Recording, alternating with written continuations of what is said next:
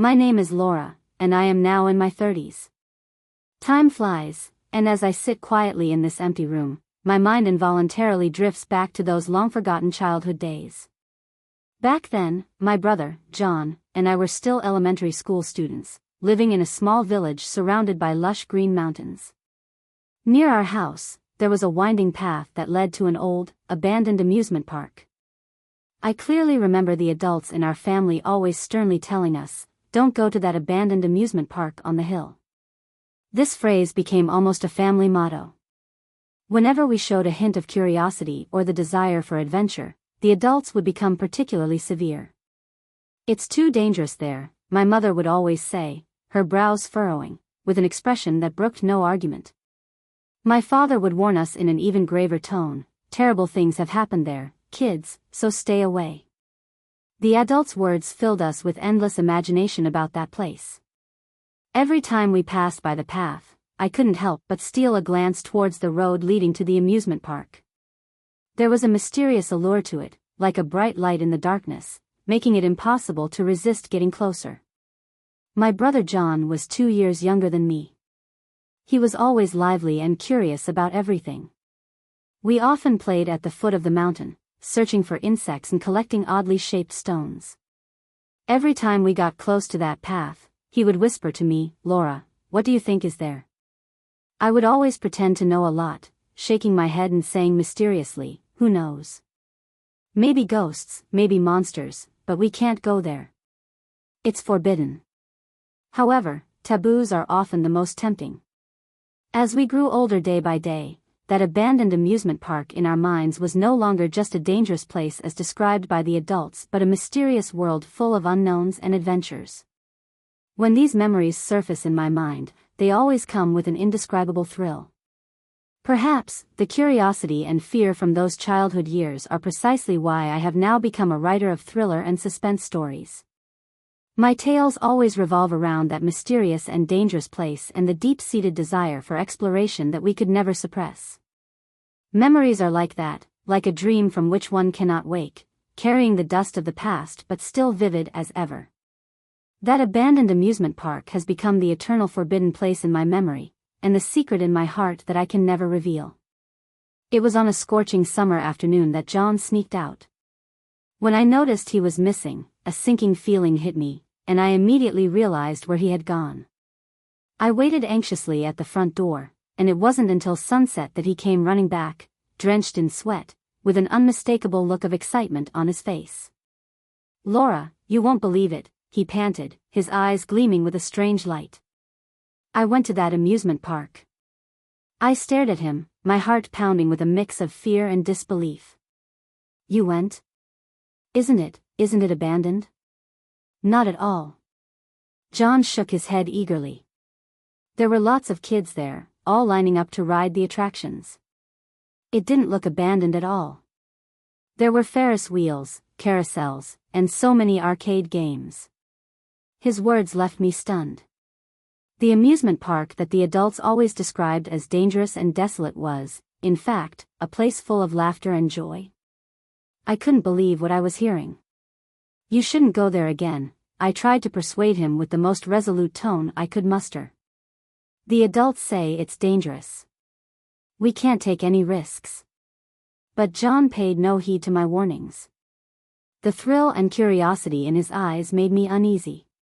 Even after I repeatedly told him not to go, he sneaked out again the next day.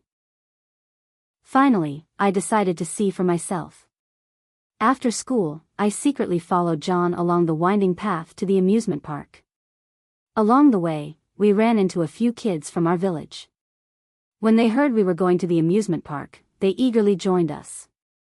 We chatted and laughed as we made our way there, and my unease seemed to dissipate with the laughter. But when we finally stood in front of the fabled amusement park, I froze. There were indeed many children lining up to ride the attractions.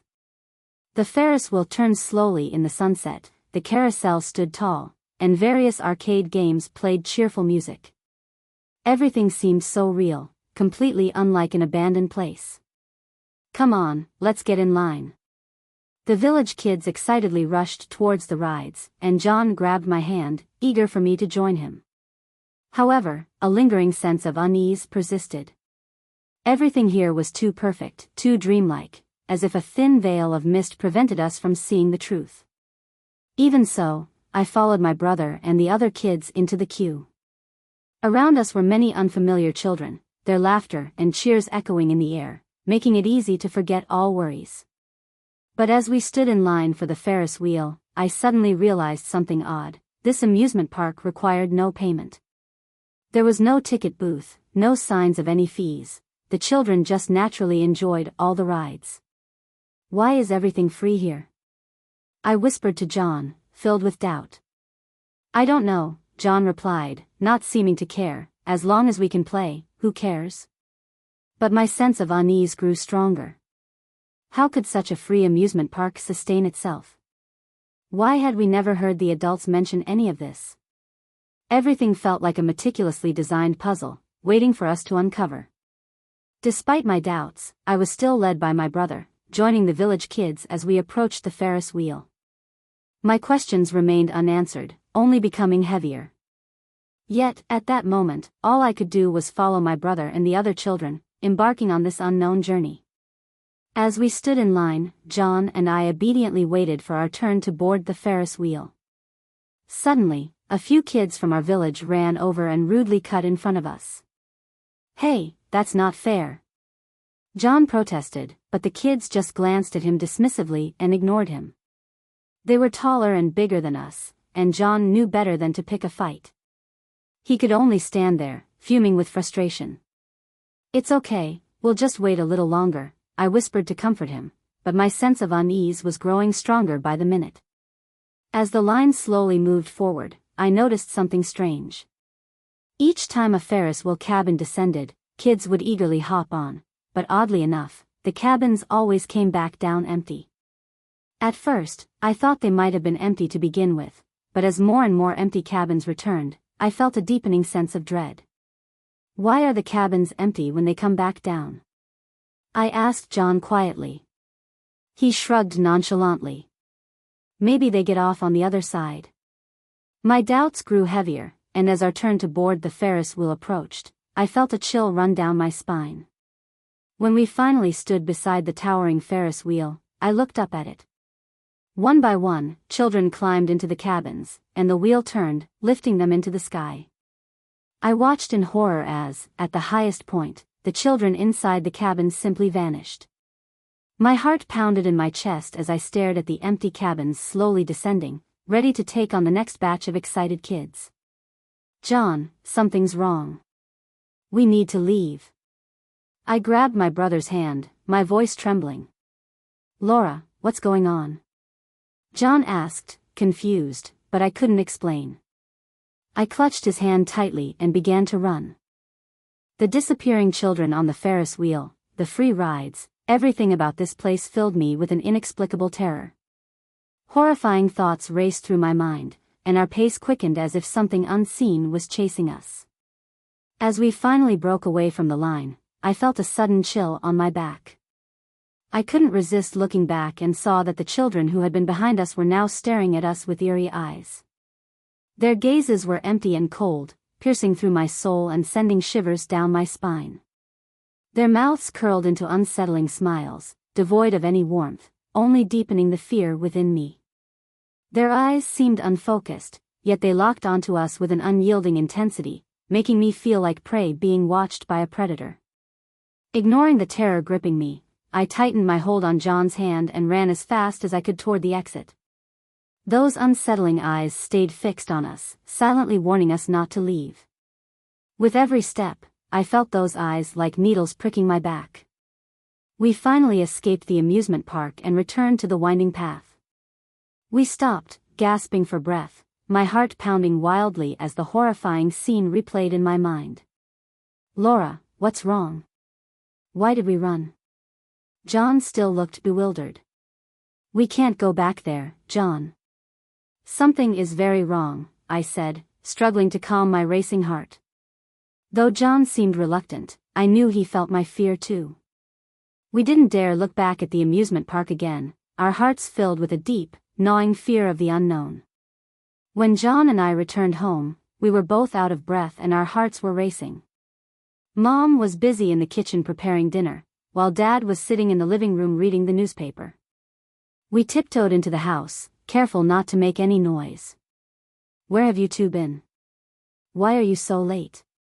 Mom called out from the kitchen. We were playing down by the foot of the mountain," I quickly replied, trying to keep my voice as steady as possible. John remained silent, his head bowed. I knew he was just as scared as I was. We exchanged a glance, both aware that we couldn't tell our parents about our adventure, or we'd be in big trouble. "Go wash up and come eat," Mom said, not pressing further, just urging us to get ready for dinner. During dinner, we were both unusually quiet, the fear and unease weighing heavily on our minds. That night, as I lay in bed, I tossed and turned, unable to sleep. The strange sight of the Ferris wheel and the disappearing children replayed in my mind like a nightmare I couldn't escape. The next morning, bad news spread through the village. Several children had gone missing, and the whole village was in an uproar. The missing kids were the same ones who had gone to the amusement park with us the day before. "Did you hear? Kevin and the others are missing," Mom told Dad, her face pale with worry. "They didn't come home last night, and their families are frantic. The whole village is out searching for them." My heart sank, and I almost dropped my chopsticks. I glanced at John, who looked equally pale and frightened. "Where could they have gone?" Dad asked, frowning. "Who knows? It's the middle of the night, where could children go?" Mom said anxiously. "It's so strange." John and I exchanged a guilty, fearful look. We knew where those children had gone, but we were too afraid to tell the truth. We were scared of getting in trouble and even more terrified of uncovering the horrifying reality of the amusement park.